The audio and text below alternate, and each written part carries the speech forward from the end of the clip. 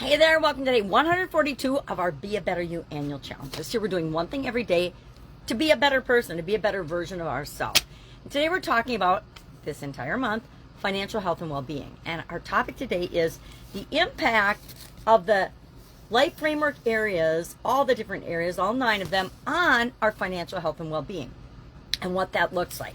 Well, what it really looks like is this, because all of the different areas of the life framework totally are interacting and intertwined with the health of the individual area. So when we look at them individually, there's so many connections and interconnections. We want to take a day and actually consider them. So what I like to do is, in my handy dandy journal, my annual challenge journal, is I like to list out what we're working on, which is financial, and then all of the different areas. It ends up being a 2-dayer for me of the life framework. And as I go about my day, or as it pops into my head, I write down some notes about the impact on my finances of that particular area.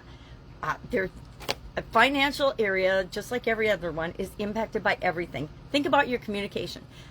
The more you increase your ability to communicate, the more clearly you can communicate the value that you provide to people, and the value you can provide to an organization or to a group, the more money you're going to earn. The more money they're going to pay you, the better you can communicate the value that you add to their life. Emotionally, how are you at handling your money when you're stressed out? How many people out there are stress shoppers or binge buyers? The more higher their stress level goes emotionally, the more money they spend irrationally without considering the consequences of that. So people rack up huge credit card debt without even realizing it. Spiritually, if we are feeling devoid spiritually, we will make different financial decisions than if we feel like we are part of something bigger than ourselves, depending on how you define spirituality. Relationships, well, relationships have a lot of way of impacting our income, right? If you pick the wrong partner, you can have some real challenges with finances.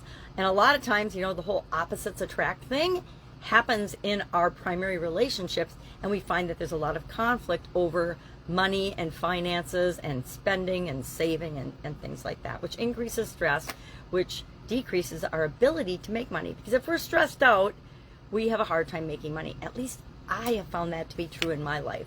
I would say, and people can argue with me, that our thoughts, our beliefs, and our feelings tied into that about finances and money have the biggest impact on the results we're going to see in our life. You can argue with me on that, but I think it's true of every area and aspect of our life. If we believe we're going to have awesome, great relationships, we create those in our life. If we believe we're going to have money's easy for us and we're going to have a lot of money and we live in an abundant universe, money will be easy for us. We'll see the world as an abundant universe, and money will be attracted to us. So today, all we're going to do is we're going to think about each of these 9 different areas, right? Physical, mental, emotional, spiritual, financial, relationships, contribution, communication, and confidence. How about confidence? How confident are you when you land your dream job and you're making more money than anybody else that you graduated from college with? How confident are you when you land a whale of a client for your business and it doubles your revenue? Pretty confident, right? So these things go hand in hand. We try to separate them, but it's almost impossible.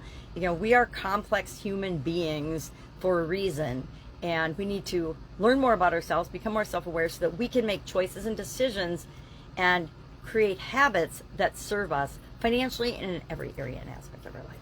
So that's it. Today, write down each area. Note for yourself where you see relationships, both the good and the bad, right? Or the things that are serving you and the things that aren't serving you. And how do you know the difference? How does it make you feel? If you feel guilty or anything negative spending money on something, then you have to ask yourself, what's the deep-seated belief and thoughts and feelings behind that? Why do I feel that way? All right, that's all I've got today. If I can help you with this, of course, this is another one of my favorite exercises. Do it every month for each of the different areas and aspects of the life framework. So I've done it hundreds of times, if not thousands. If I can help you with it, if you got a challenge, if you got a question about it, please ask. Otherwise, go out, make it an amazing day. Looks like the sun is actually shining here for the first day in about 5 days, so I'm excited about that. Hit me up and ask. Otherwise, I'll be with you tomorrow.